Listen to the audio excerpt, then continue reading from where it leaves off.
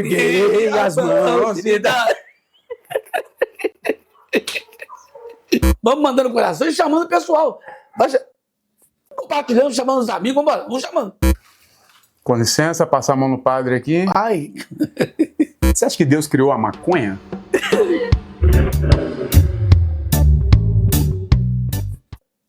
Aí, bem-vindos a mais um quadro aqui que eu estou recebendo convidado na minha casa. Hoje eu recebo aqui, ó, é padre, é Pedro, é Paula, é pau, é pedra, é o...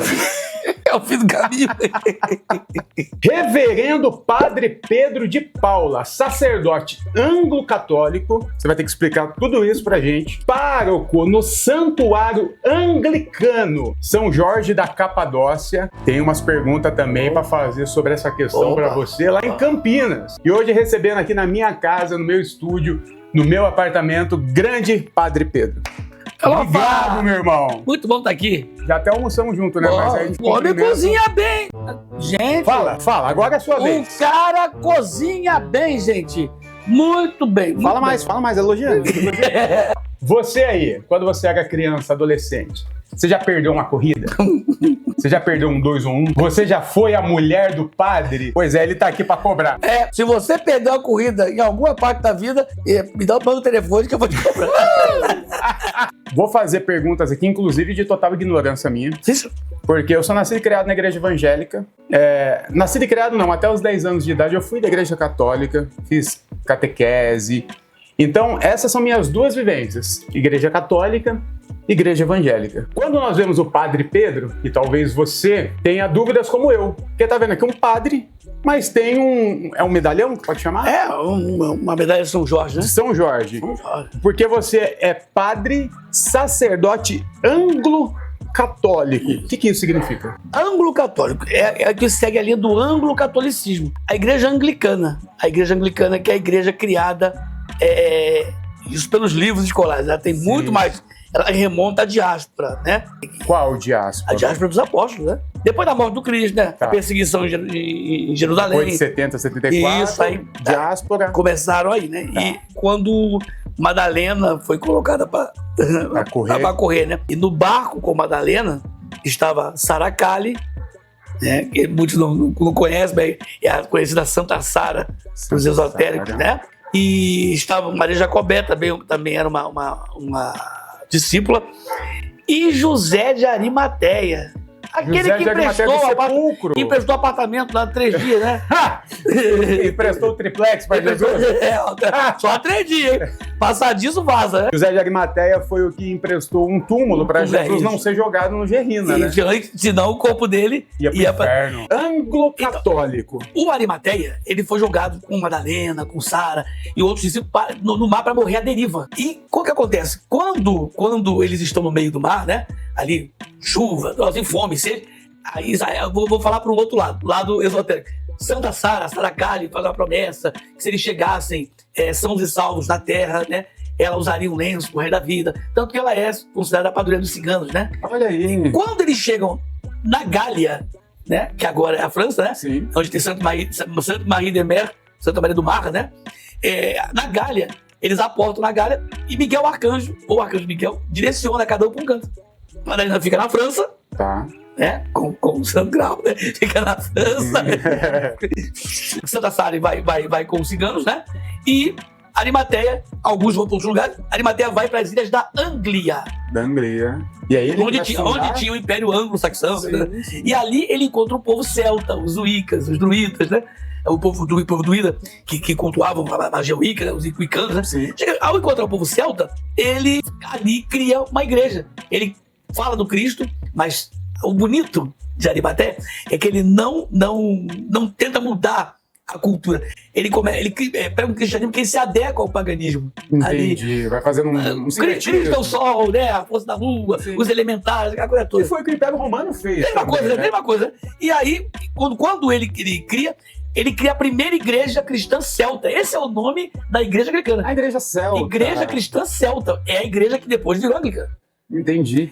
600 anos depois, o Papa da época manda Santo Agostinho de Hipona para as ilhas da Anglia, já não é mais ilhas para romanizar aquela igreja que era cristã porém era pagã. Aí sim, Aí transformou-se aquela igreja em igreja católica, como conhecemos. O próprio Agostinho de Hipona. Ali entra sacramentos, sacramentais, vestimentas, vestes, bota de um jeito padronizado. Mais parecido com o que tinha já da igreja. Sim, né? Vira igreja mesmo. Vira igreja. Era uma igreja independente. Cristã. Mas eles adoravam o quê? Olha, pelo que você conhece... Porque tinha Cristo, mas eles não tinham abandonado os deuses. Não, tanto é que... Aí é que entra um negócio interessante. Você para pra ver. Existem deuses, né, que desse tempo do Império Anglo-Saxão, que hoje em dia, o mesmo dia é o dia de uma deusa. Uma delas, a Santa Brígida. Sim. É no mesmo dia da deusa Brígide. E o nome também. Nem o nome trocou, né? Existia esse respeito à cultura que já se desenvolvia, a religião da época. Arimateia conseguiu fazer com que a igreja nascesse, porém respeitando a cultura local.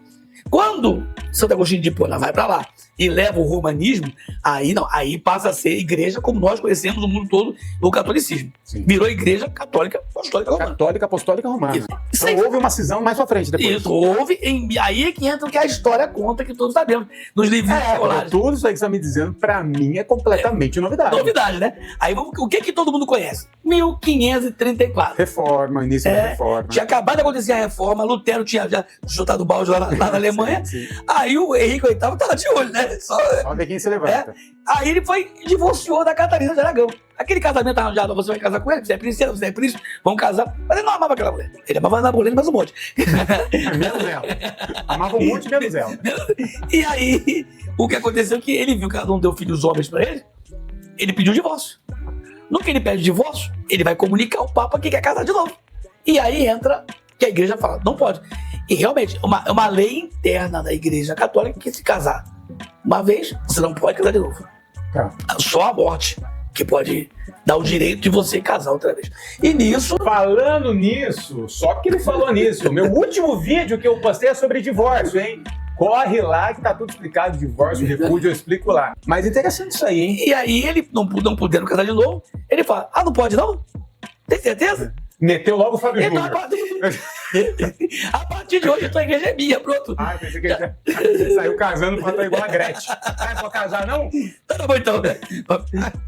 O Henrique tava lá, moleque. O maquinário dele era forte. Falando nisso, abrindo um parênteses na nossa pergunta de história, interessante, toda a história, bonita, a gente gosta de saber. Mas o que o povo quer saber também, assim como o Henrique, padre, Padre, dá uma... Como é que faz, padre? Padre que eu conheço, o que a gente conhece, aquele... Eu lembro do padre que me dava lá a comunhão, ele era celibatário. Inclusive, um padre que eu gostava muito aqui quando eu era criança, ele saiu da igreja para se casar. Agora, quando eu comecei a bater papo contigo, a história não é bem essa. Eu não quero falar por mim também aqui, que vai falar que eu tô difamando o padre. E longe de mim difamar o padre. Eu posso jogar praga, né? Pode pegar com um áudio aqui que ele mandou esse dia que você tava onde? Onde é que você tava? Nem sei onde eu estava. Nem lembro. Em algum lugar que eu não podia. Mas falando sério, como que é o esquema do celibato? O celibato da igreja anglicana, né? Ele é opcional. Você pode ser ou não ser. Eis a questão. Numa porcentagem, quantos são? 90% são casados. E se não há uma imposição, qual o motivo seria? Tem que se pensar bem. Existe celibato e castidade. São duas coisas diferentes, né?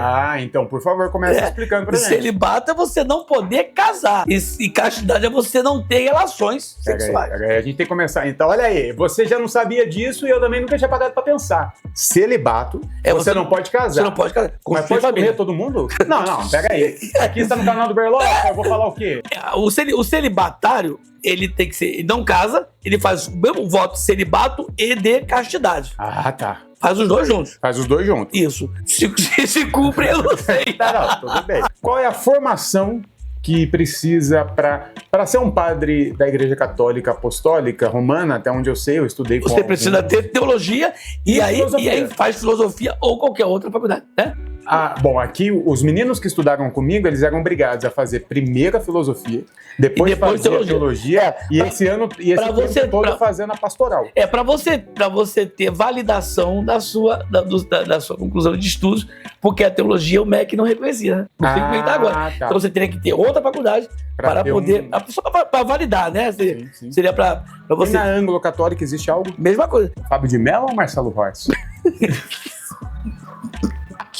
Eu vi você na marcha para Exu, eu vejo você falando muito, e aí eu sou totalmente ignorante, eu tô conhecendo agora, tem um monte de seguidores da Umbanda, do Candomblé, e eu tô entendendo, todo padre anglo-católico tem esse pezinho na macumba? Na macumba, com todo respeito, Tem? Não, nem todos. Essa é uma coisa sua. Não, existem outros também que fazem um trabalho grandioso. A igreja anglicana ela tem uma premissa, que é não ser com preconceitos, ser uma igreja inclusiva, uma igreja que todos podem participar de tudo. Quando você diz inclusiva, você está falando de questões de sexualidade? Também, nós temos reverendos que são gays. Mas toda a igreja anglicana é aberta? Toda. Olha aí, que maravilha. Você sabia dessa? Comenta aqui pra mim se você sabia disso. Eu faço parte da comunhão Anglicana Livre Internacional, da Anglican Free Communion International. Sim, conheço. E eu não faço parte da comunhão que é da IEAB, que é a igreja oficial. Mas existe uma grande aliança. E lá tem muitos amigos que estão fazendo o trabalho que eu faço também. E crescendo no Brasil inteiro. Eu sabia que a anglicana ela tem um trabalho inclusivo. Inclusive todas, pensando bem, todas as igrejas anglicanas que eu conheço são inclusivas, mas eu achei que era algo, uma fatia, igual existe a igreja evangélica inclusiva. Não, tanto é que na igreja oficial da Inglaterra, né, existem bispas, né? Seriam episcopias, bispas. Sim. que conduzem e que têm a sua sexualidade definida, né? Muito bom. Então, uma coisa que a igreja anglicana prega, né, tanto a igreja anglicana como os anglo-católicos, que a igreja anglicana ela tem seriam duas bases, a igreja baixa e a igreja alta. A igreja baixa é aquela 100% protestante, que é o pessoal dos Estados Unidos, que é reverendo casado, sempre com a cruz celta na parede.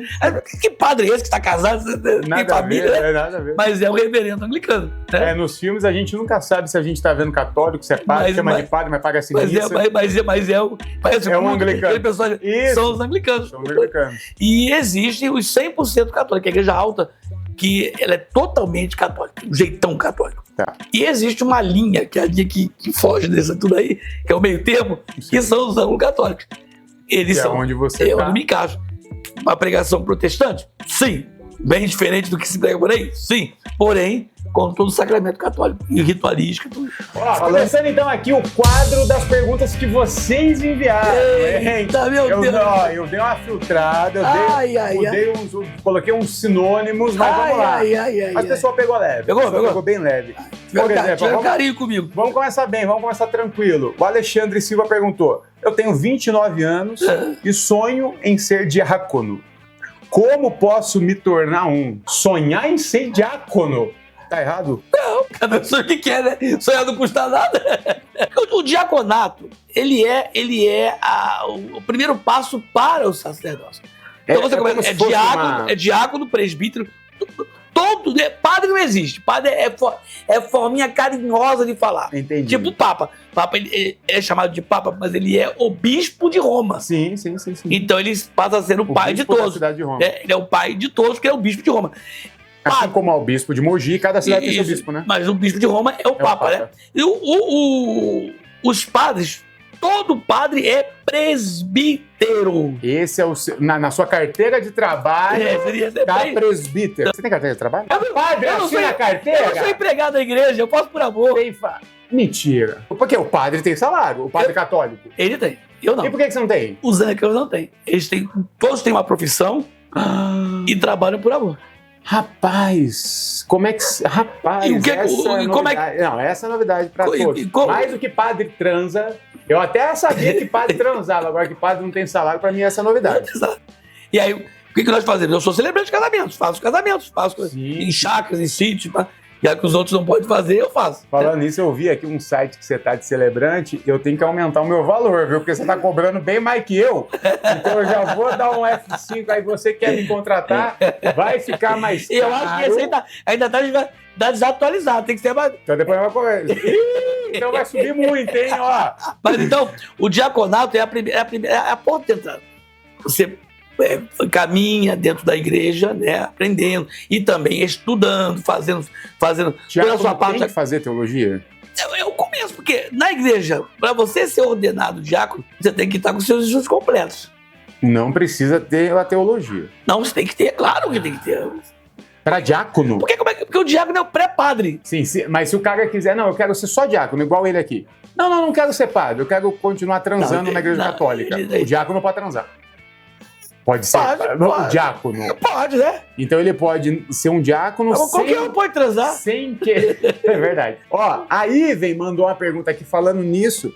É uma pergunta boa e Ela perguntou assim, por que freira não pode celebrar missa? E eu pergunto, na anglo-católica, tem freira também? Existem algumas irmãs que fazem um serviço, né, de tipo de freira, né? Qual é o serviço de freira na igreja católica? É ignorante mesmo aqui, tá? Você vê que as freiras elas cuidam mais da área social da igreja, da área de saúde, né? Sim, educacional. Sim. Elas são responsáveis por hospitais, responsáveis por colégios. Santa Casa, né? Santa Casa de internatos, né? Sim. Então, não é só essa responsabilidade, mas também levar bênçãos, ajudar a cuidar dos carentes. E também algumas bênçãos especiais. O que ela não pode é celebrar a missa, né? Uhum. Nas igrejas anglicanas e outras, tem as soras, né? Os fráteres e soras, né? Que serão como freiras. Mas a gente tem pessoas que no anglicanismo, eu tô falando assim, bem en passant, eu não tenho que explicar muita coisa. Entra no seminário anglicano, procura vai virar padre. Está no YouTube, amigo. Aqui falou por cima. Vai estudar. Eu tô fazendo en passant. Então, o que acontece? Existem os ministros, né? Que são as pessoas que trabalham antes de ser diácono, de ser, seja o que for, as mulheres que trabalham, que usam também uma estola para representar que são separadas para aquele ministério, mas tem sua vida normal. Pode casar, pode viver tranquilamente. Não vamos pegar uma mocinha para ser eternamente solteira, por ser filha de Maria. Não faz nem muito sentido. Eu crescer e multiplicar. Fica nesse negócio, né? Pois é. E ainda tem uma raiz muito acredito eu, né? Que o lance do celibato tem uma raiz ainda de que o sexo, de alguma forma, ele é imundo. De alguma forma, ele é tão carnal que para você ser separado para Deus, você nem transar. A gente sabe que o celibato não é isso, né? E o que é, então, na teologia do celibato? Vamos pensar bem, vamos pensar num pensamento bem popularesco.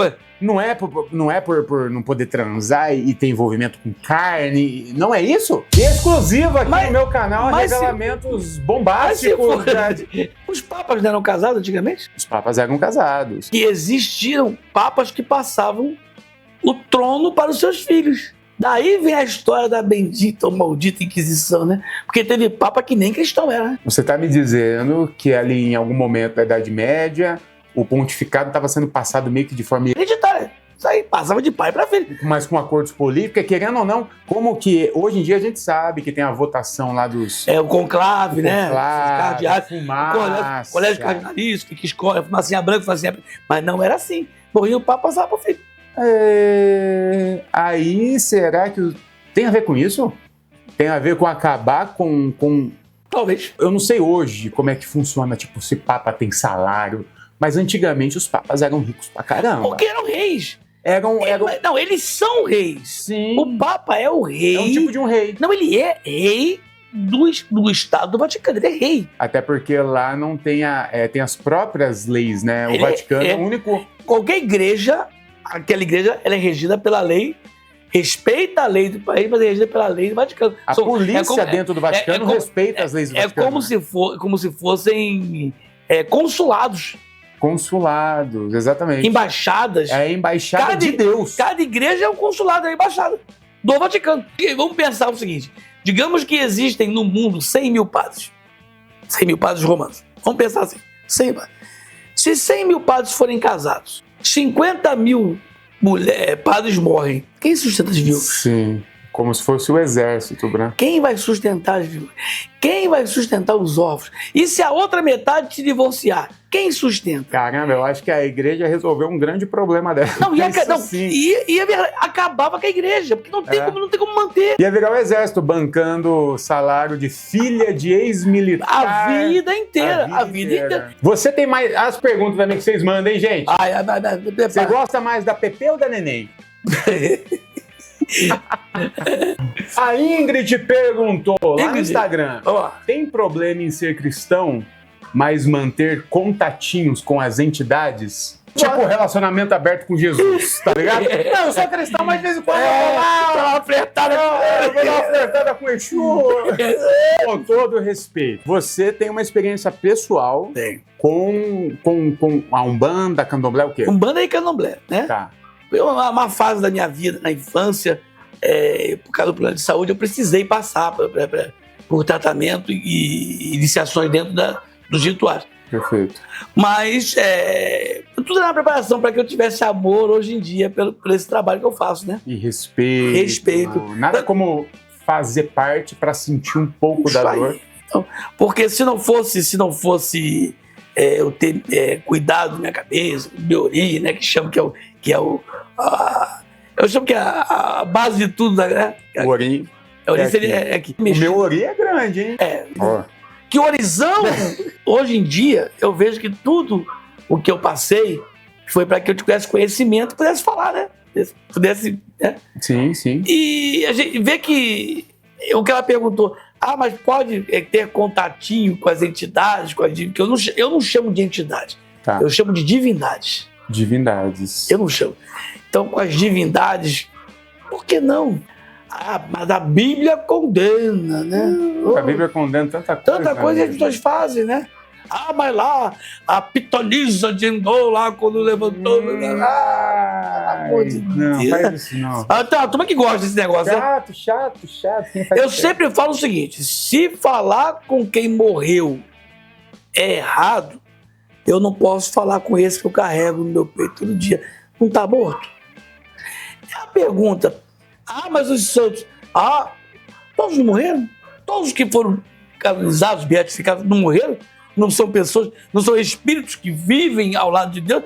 Se eu não posso falar com o espírito, eu não posso me referir também a nenhum santo. Esses dias eu estava dormindo e nunca tive experiência espiritual, mas apareceu um anjo no meu quarto e eu falei para ele algo mais ou menos assim: cantas nébias pilsen.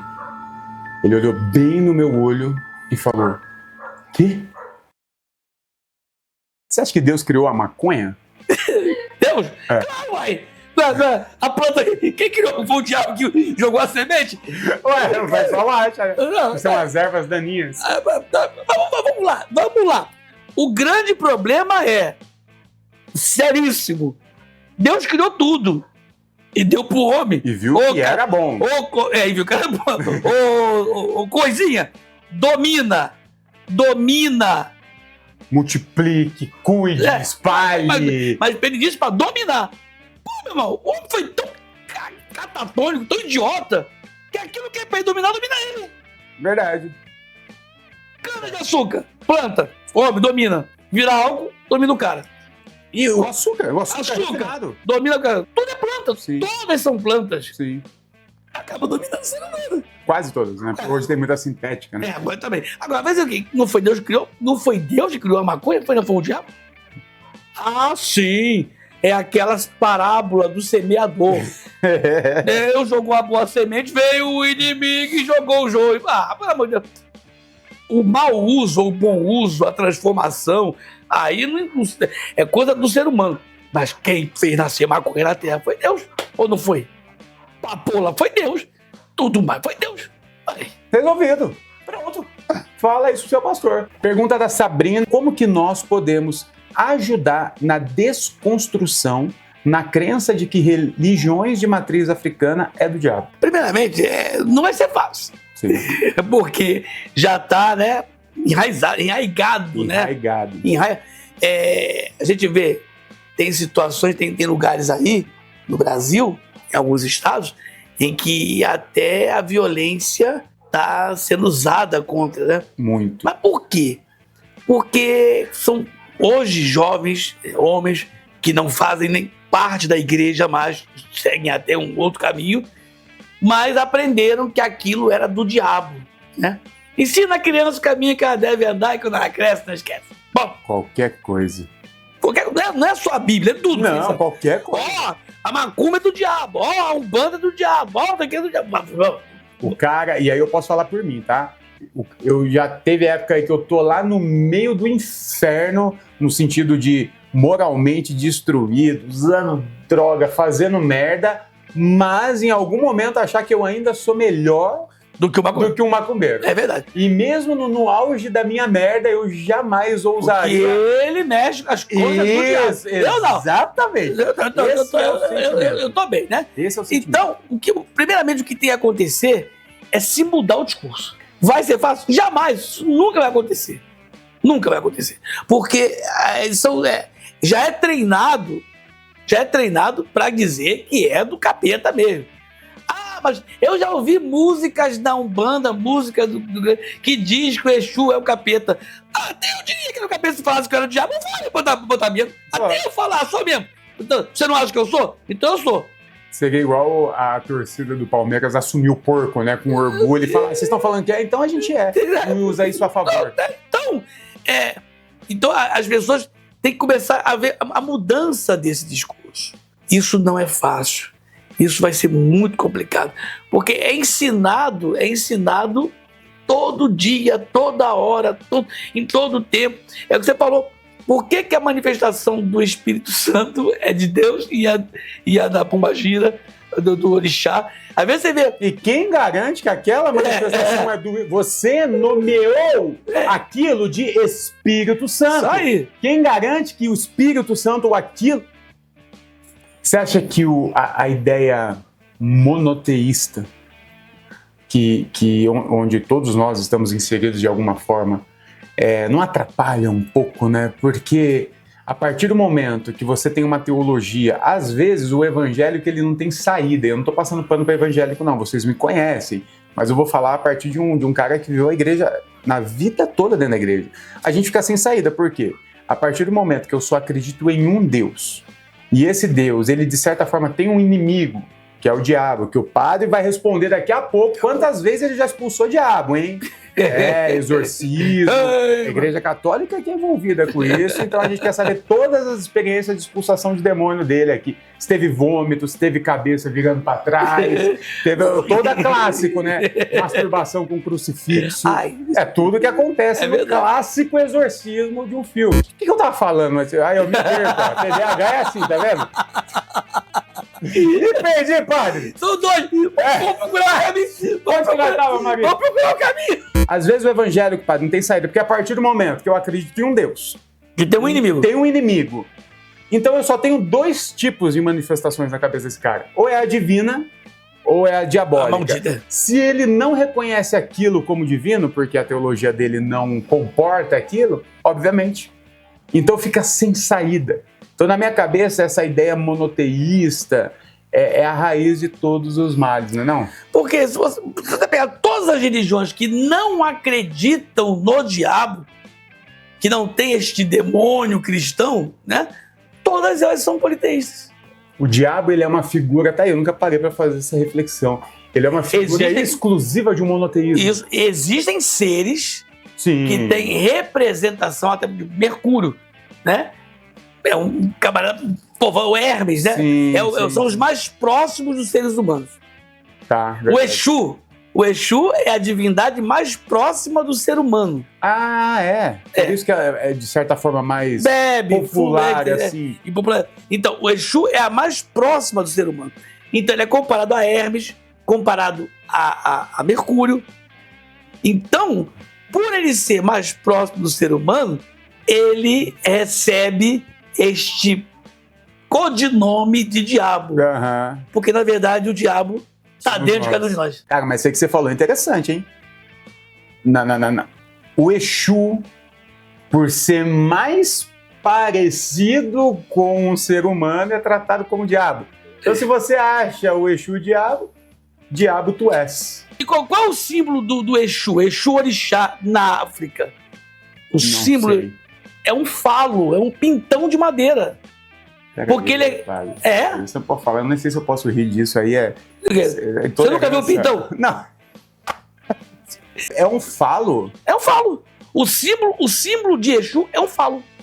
Que loucura. Esse tridente que foi por causa dessa cristianização da religião.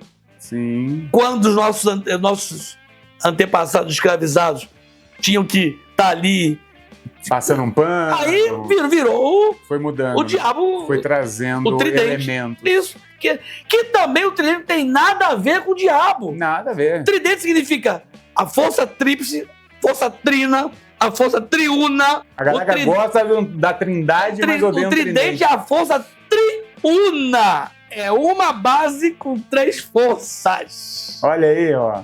Bando de ignorante. Não, crente, cara, tem esses negócios, né? Olha, era pro tridente, de alguma forma, pelo menos comunicar o evangelho com a trindade que ele mesmo acredita. Era pro incenso comunicar um evangélico a adoração que o mago fez a Jesus. Isso aí. Mas são elementos que ele demoniza. E outra coisa. Porque são utilizados em outras religiões. E mago, né? No negócio de rei é mentira, né? Nem não três, nem rei. Mas mago. Magos do Oriente que seguiam estrelas. Astrólogos, astrônomos, é porque não havia essa diferenciação. Isso, seguiam estrelas, conhecimentos dos elementares. Sim. E adoraram Jesus. Aí até o nome lá do Gaspar, Baltazar e até hoje Melchior, né? Lembrou? O Melchior, né? Melchior. Gaspar, que é Melchior, não é Belchior, não. Eu te contei a história se fosse Melchior, né? Contou.